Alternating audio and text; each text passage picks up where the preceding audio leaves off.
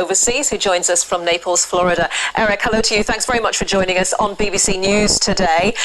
So everyone, of course, is talking about the tone of the debate, so different from the first one. President Trump much less pugilistic, which is a style he normally prefers. Did that do him some favours, do you think? Well, I agree that the tone of the debate was completely different than the first one we saw, and it did do him some favors because he was allowed to really show that, he's a versatile person. Despite not being from that debate club elitist background, he's able to go in and work underneath their rules, and he respected the rules of the engagement. The one time or two times his mute was muted, you saw him put his hands up, and he was able to really box Joe Biden into a corner using the time frames allotted. He was able to make the clear and present point that he had made his money in business, whereas the Biden family had made their money in politics. Joe Biden choosing to stay in that public sector for 47 years meant that he was maybe feeling that he missed out. So President Trump was able to use the very well moderated and professional debate forum to then highlight all of what he's done in healthcare, and especially when it comes to national security. When we look at how he was the one who was aggressively coming up to shut down the borders with the pestilence that came from China. So he was able to fit everything that he wanted to, that usually comes in this sing-song formula, into a very well and practiced and probably well-rehearsed format that was able to get the points across succinctly in order, which is unusual. He talked, didn't he? Let's pick up on the handling of the coronavirus pandemic. Clearly it's not President Trump's fault that the virus arrived on the shores of the US. No leader could possibly have kept that virus out of their country. But it is his responsibility, isn't it, in terms of setting the tone. Even last night it was striking. Joe Biden entered the stage with a mask on. Donald Trump didn't, even though the last debate, we found out a couple of days later that he had the virus, which hospitalized him. So he has set a tone which decries social distancing and the wearing of masks. And, the figures from yesterday, another 1,000 Americans dead from this virus. And yet he still didn't take responsibility for his handling of it in that debate. That is surely going to go down badly with voters.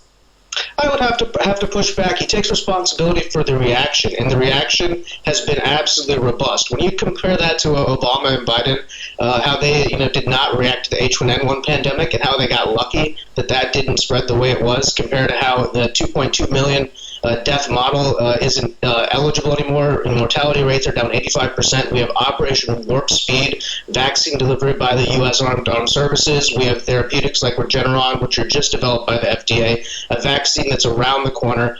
Names like Johnson & Johnson, Moderna, Pfizer, mobilizing the Defense Production Act to get ventilators. Now tens of thousands of those being sent around the world. But this is months into this pandemic, though, isn't it? And a lot of that could have been avoided, in terms of the spread of the virus, surely, if those social distancing measures, the mask wearing, etc., had been promoted actively by the president. It really depends. I got coronavirus myself, and I was wearing a mask every single day. The president had people being tested every time around him.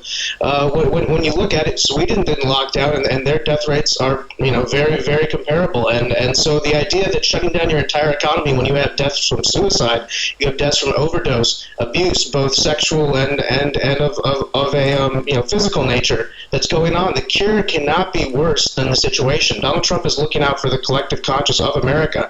And while we have a deadly pestilence that has been thrust upon our land, the response has been robust. In hindsight, everybody should have, Mayor Cuomo should have had those 17,000 ventilators that he chose not to buy. We have a federal system where the states have responsibility, and FEMA's response was Johnny on the spot. We had those medical ships there to respond, and since then we've got to deal with the fact that when you test everybody, you're going to have a lot more numbers. Do you really believe the numbers coming out of China or Russia or Turkey, who's admitted to their fudging the numbers for tourism? I mean, quite simply, he's done the best that you can when you're thrust with that in the last situation. The roadmap that he was given by the prior administration was the administration would have let the H1N1 flu destroy people. The Democrats tried to impeach the president during all of this. Clearly clearly there are a lot of people, who thinks he hasn't done the best that he could have done in terms of handling of this virus. But let's move on to another topic. Does the president think he's going to get a lot of traction from Joe Biden's comments on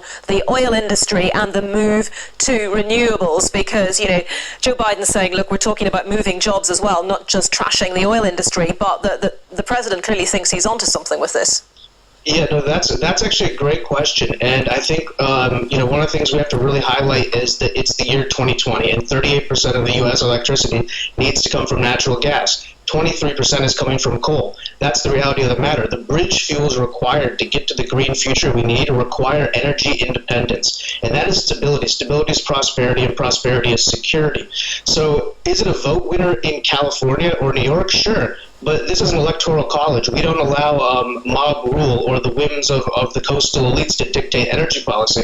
So Joe Biden is going to lose voters in Pennsylvania, Oklahoma, Ohio, and Texas, places where the Democrats surprisingly think they have a chance, when their candidate is going out there and saying by 2050, I want all of your jobs eliminated. That's not that's not what he's saying, though, is it? And it's hardly mob rule if you're saying to voters, look, America, yes, under Donald Trump, America left the Paris Accord. Lots of states have fought back against that, on an individual basis.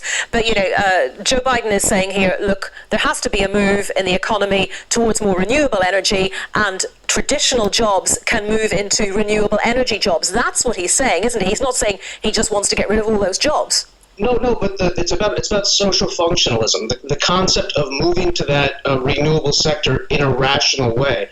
Quite simply, cutting all of fossil fuel use in places like California, like we saw with the wildfires and everything. They were using solar and wind.